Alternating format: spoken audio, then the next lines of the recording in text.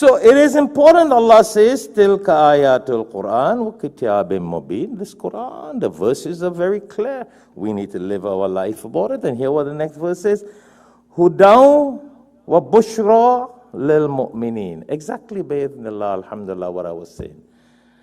Hudaw wa bushra lil mu'mineen. What? And when we live by the Qur'an, Allah gives us the glad tidings that it will all be happiness for the people who have iman, for the people who have faith. Subhanallah. Because the people who have faith, they will believe in the words of Allah, they will follow the words of Allah, follow the sunnah of the Prophet sallallahu alaihi wasallam, who came to exemplify the teachings of the Quran, and subhanallah. But then hear what the next verse says. Alladhina yuqimuna as-salah wa yu'tuna az-zakah wa hum bil akhirati hum yuqinun. Very interesting, these 3-4 verses.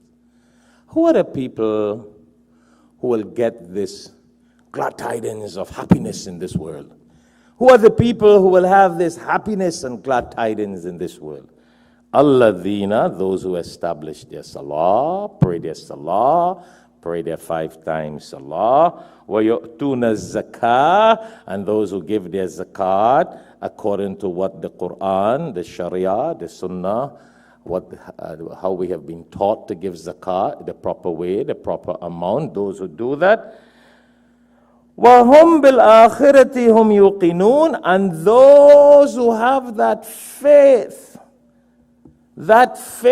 about doing good in this world that would lead them to the akhirah success. You see the success we were talking about 2 weeks ago. The success in this world, the success in the hereafter.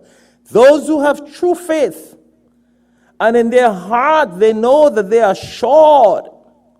They believe in that assurance from Allah subhanahu wa ta'ala that if they obey the laws of the Qur'an and follow the sunnah of Rasulullah sallallahu alaihi wasallam, they will be happy in this world and their next world will be ready-made.